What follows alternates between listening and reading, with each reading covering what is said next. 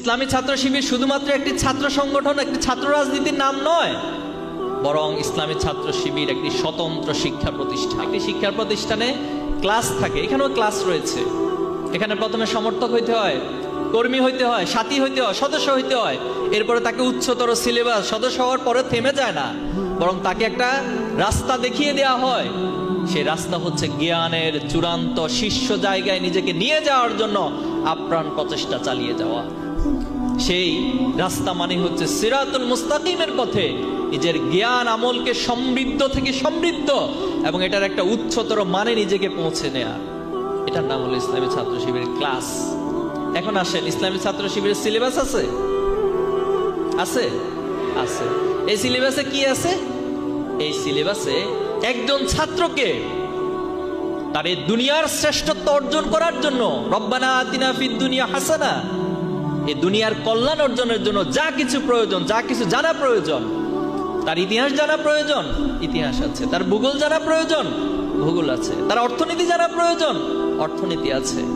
তার সায়েন্স জানা প্রয়োজন, সায়েন্স আছে। তার শিল্পকলা সাহিত্য জানা প্রয়োজন, এখানে সমাহার রয়েছে। প্রিয় ভাই, এরপর এখানে ক্লাসের ব্যবস্থা আছে, আছে, আছে। কি ক্লাস? কোরআন ক্লাস। আমরা বলতেছি কোরআন ক্লাস, কোরআন তালিম। একজন মুমিন হিসেবে, একজন ইমানদার হিসেবে একজন ছাত্রের তার কোরআনকে জানা, কোরআনকে বোঝা, কোরআনকে হৃদয়ঙ্গম করা, আফালা ইয়াতাদাব্বারুনাল কোরআন, এই আয়োজন ছাত্র শিবির নামক শিক্ষার প্রতিষ্ঠানে আছে। এখানে সামষ্টিক পাঠ রয়েছে, যার মধ্য দিয়ে তিনি তার মেধা এবং তার মেধার বিকাশ ঘটাতে পারেন। এখানে একজন ছাত্রকে শিক্ষামূলক অংশগ্রহণ, ক্যারিয়ার গাইডলাইন মূলক প্রোগ্রাম আপনার জন্য আয়োজন রয়েছে। আপনি দুনিয়াতে ভালো ক্যারিয়ার করতে চান, আপনি ভালো রেজাল্ট করতে চান একাডেমিকলি, আপনার জন্য চমৎকার গাইডলাইন রয়েছে। কোথায় করতে চান? ক্লাস 1 থেকে 10 আছে। ইন্টারমিডিয়েট আলিম লেভেলে করতে চান, আছে। আপনি বিশ্ববিদ্যালয় মেডিকেলে ভর্তি হতে চান, আপনার জন্য চমৎকার আয়োজন এখানে আছে। এরপর আপনি আর কি জানতে চান? আপনার নৈতিকতা প্রয়োজন, নৈতিকতার সর্বোচ্চ মানদণ্ডে পৌঁছার জন্য যত আয়োজন, সব আয়োজন ছাত্র শিবিরের কাছে আছে। আপনি আপনার এই সমাজের কাছে দায়বদ্ধ থাকার জন্য আপনার ভিতরে একটা মূল্যবোধ প্রয়োজন। সেই মূল্যবোধ তৈরি করার জন্য যে আয়োজন, সেটাও ছাত্র শিবিরের মধ্যে আছে। আপনি আপনার পিতামাতার প্রতি সম্মান প্রদর্শন করতে হবে, সেই লেসন, সেই টিচিং এখানে রয়েছে। আপনি স্পিরিচুয়াল হবেন, নিজেকে আধ্যাত্মিক লেভেলে পৌঁছাবেন, আমাদের সভ্যদারি নামক প্রোগ্রাম রয়েছে। যে সভ্যদারি প্রোগ্রাম আপনাকে, আমাকে, এই সমাজের ছাত্রদেরকে আল্লাহর গোলামির অনুভূতি এবং রাত্রিকালীন নিজের শত ব্যস্ততা, নিজের সারাদিনের শত কাজের পর যখন রাতের বেলায়, রাতের গভীরে আল্লাহর কাছে জায়নামাজে দাঁড়িয়ে নিজের মনের কথাগুলো আল্লাহর কাছে তুলে ধরা, সেই আধ্যাত্মিক, সেই স্পিরিচুয়াল পাওয়ার অর্জনের সকল আয়োজন এখানে রয়েছে। কি প্রয়োজন একজন শিক্ষার্থীর তৈরি হওয়ার জন্য? সবকিছুই ছাত্র শিবিরে রয়েছে।